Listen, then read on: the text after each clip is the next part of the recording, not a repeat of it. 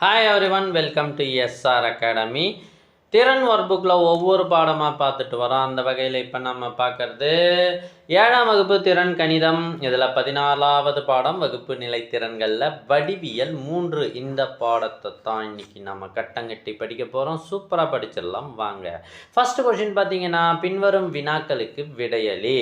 First, பக்கங்களின் அடிப்படையில் முக்கோணங்களை எத்தனை வகைகளாக பிரிக்கலாம்? பக்கங்களின் அடிப்படையில் அப்படின்னா அது சமபக்க முக்கோணம், அசமபக்க முக்கோணம், இரு சமபக்க முக்கோணம் என்று 3 வகைகளாக பிரிக்கலாம். Super, answer 3.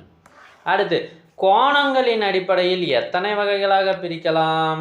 கோணங்களின் அடிப்படையில் குறுங்கோண முக்கோணம், செங்கோண முக்கோணம் மற்றும் விரிகோண முக்கோணம் என்று 3 வகைகளாக பிரிக்கலாம். அதுக்கும் 3 தான் ஆன்சர், இதுக்கும் 3 தான் ஆன்சர்.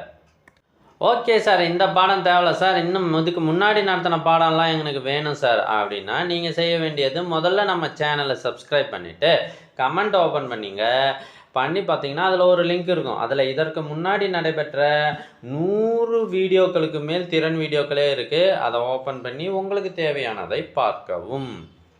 அடுத்து, பின்வரும் வனவற்றுள் எது விரிகோண முக்கோணம்?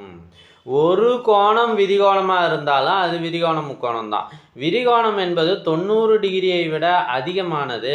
அதனால் ஆப்ஷன் இ இதுதான் 90 விட அதிகம். மீதி எல்லாம் பாருங்கள், இது 2 குறுங்கோணம், இது செங்கோணம், இது எதுவுமே கிடையாது. ஆன்சர் இ தான் சரியான விடை.